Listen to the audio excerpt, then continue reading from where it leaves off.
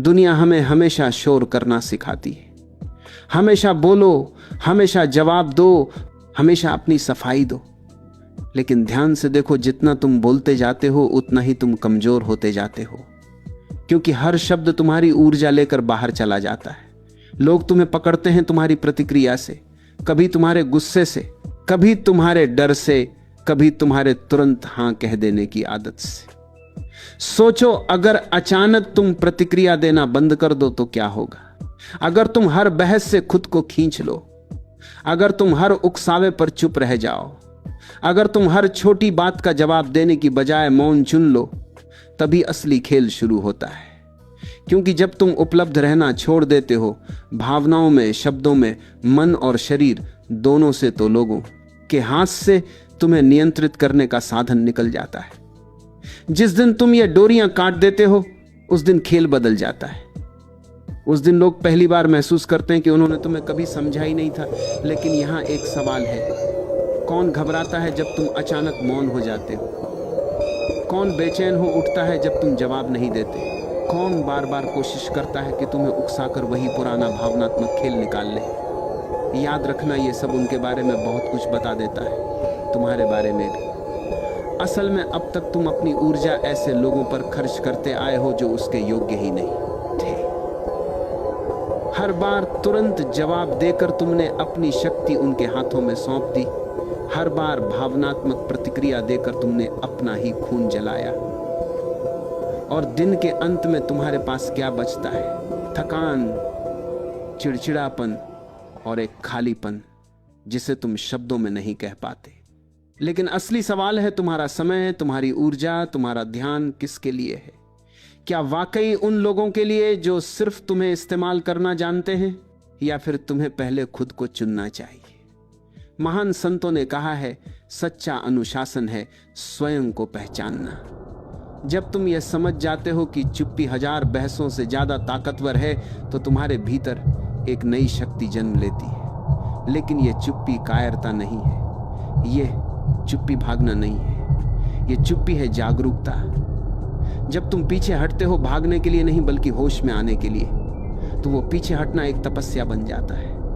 अब सोचो, कब तक तुम दूसरों की भावनाओं से बंधे रहोगे?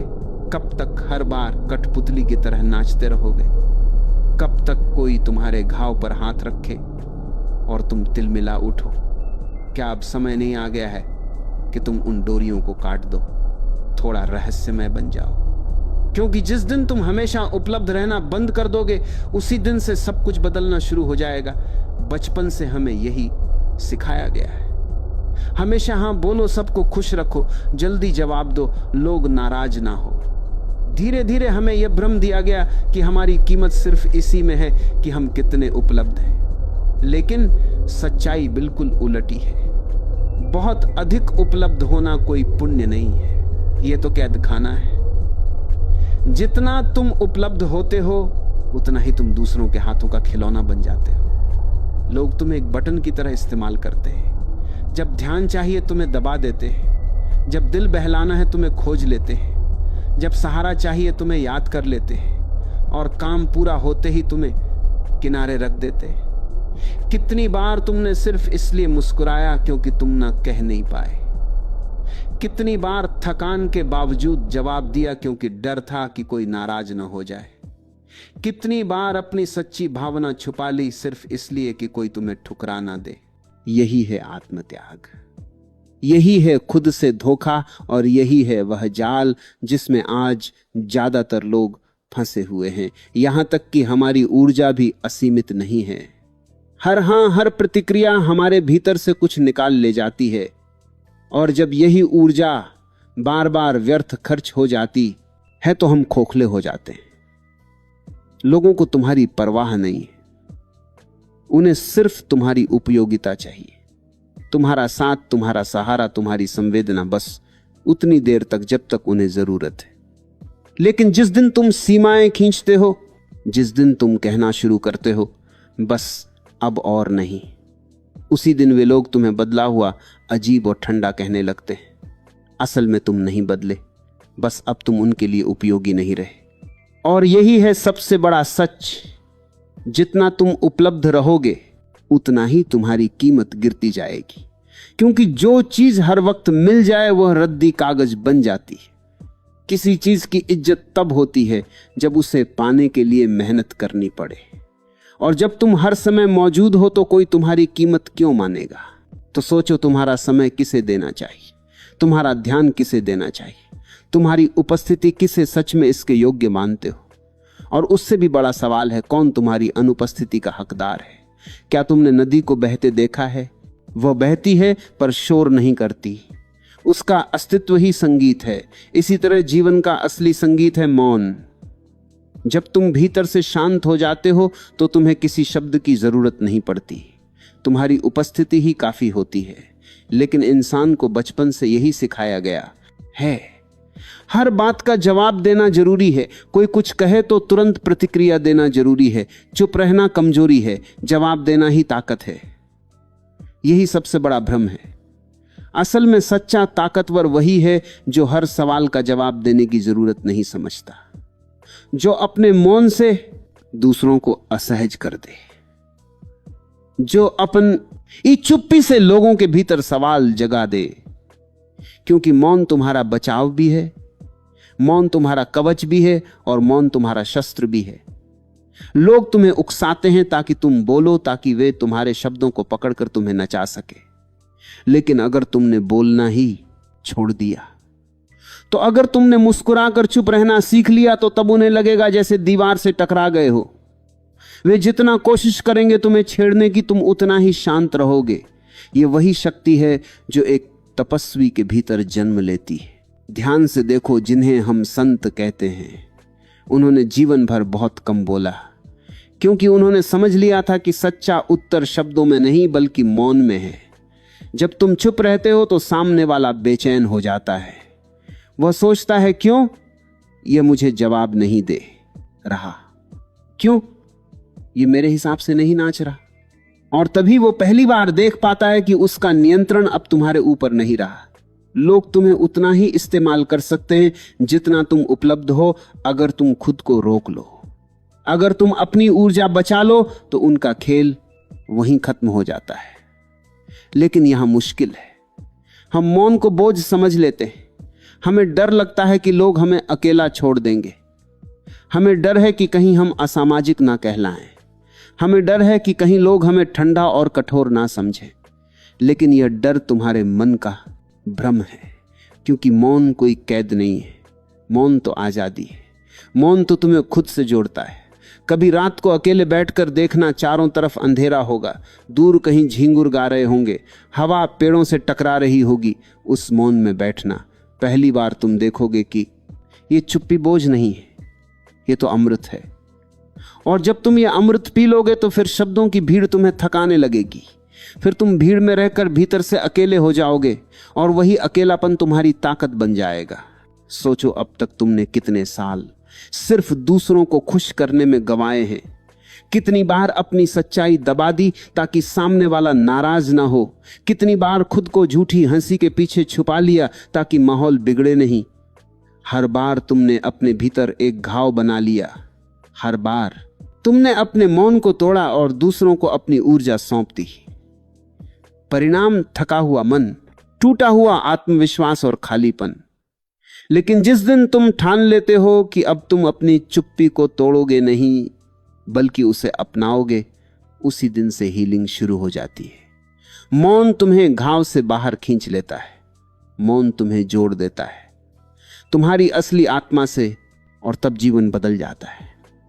तुम दूसरों की नजरों में अजीब लगोगे। लोग कहेंगे ये बदल गया है, कोई कहेगा अब ये ठंडा हो गया, कोई कहेगा इसमें पहले जैसी नहीं रही। लेकिन असलियत यह है, अब तुम खिलौना नहीं रहे, अब तुमने अपनी डोरियां वापस ले ली। अब तुम वह नहीं रहे जिसे कोई भी नचा सके। और यह बदलाव, यही है असली आजादी। कभी गौर किया है, सबसे ज्यादा थकान हमें काम से नहीं होती, लोगों से होती है। उनके सवालों से, उनकी उम्मीदों से, उनकी शिकायतों से।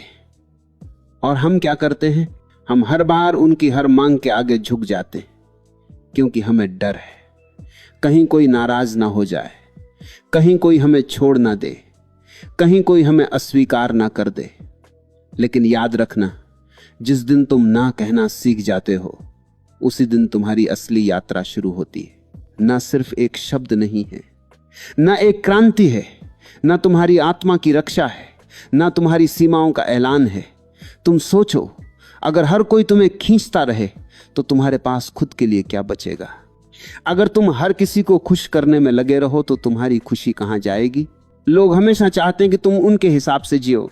वे चाहते हैं कि तुम हां कहो क्योंकि तुम्हारी हां उनके लिए सहूलियत है, लेकिन तुम्हारी ना वह उनकी सुविधा को तोड़ देती है।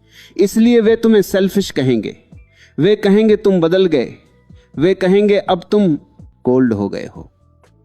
लेकिन असलियत यह है, अब तुम जाग गए हो। अब तुमने अपनी ऊर्जा को बचाना शुरू कर दिया है। याद रखो, ऊर्जा वही है जो तुम्हें जीवन देती है। तुम्हारी हर प्रतिक्रिया, हर बहस, हर कृत्रिम मुस्कान, सब तुम्हारी ऊर्जा खा जाते हैं। और जब ऊर्जा चूर जाती है तो तुम्हारे पास कुछ भी नहीं बचता। इसलिए सबसे बड़ी बुद्धिमानी यही है कि तुम अपनी ऊर्जा उन चीजों पर खर्च करो जो तुम्हें ऊंचाई दे, जो तुम्हें भीतर से पोषण दे। लेकिन समस्या यह है कि हम दूसरों के अप्रूवल पर जीते। हम चाहते हैं कि सब हमें अच्छा समझे, हम चाहते हैं कि सब हमें स्वीट कहे, हम चाहते हैं कि कोई भी हमें नापसंद ना करे, और यही हमारी कैद है। स्वतंत्रता का पहला कदम है स्वीकृति की भूख से मुक्त होना। सोचो, अगर तुम्हें किसी की भी स्वीकृति की जरूरत ना हो तो तुम कितने हल्के हो जाओगे। फिर तुम्हें अपनी सच्चाई कहने में डर नहीं होगा, फिर तुम्हें ना बोलने में डर नहीं होगा, फिर तुम्हें अपनी चुप्पी चुनने में डर नहीं होगा। यहां पर मौन तुम्हारा सबसे बड़ा साथी बन जाता है, क्योंकि मौन तुम्हें अलग कर देता है भीड़ से।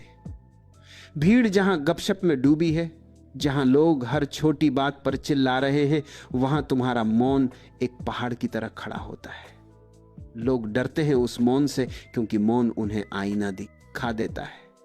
मौन उन्हें उनकी असली कमजोरी से सामना करवा देता है। जब तुम मौन हो जाते हो तो सामने वाला अपना ही शोर सुनने लगता है। उसे एहसास होता है कि उसका पूरा अस्तित्व सिर्फ प्रतिक्रियाओं पर टिका है, और तभी तुम्हारा मौन उसकी सबसे बड़ी चुनौती बन जाता है। लेकिन यह मौन तभी ताकतवर है जब वह भीतर से आता है। अगर तुम सिर्फ गुस्से में चुप हो गए तो वह मौन नहीं है।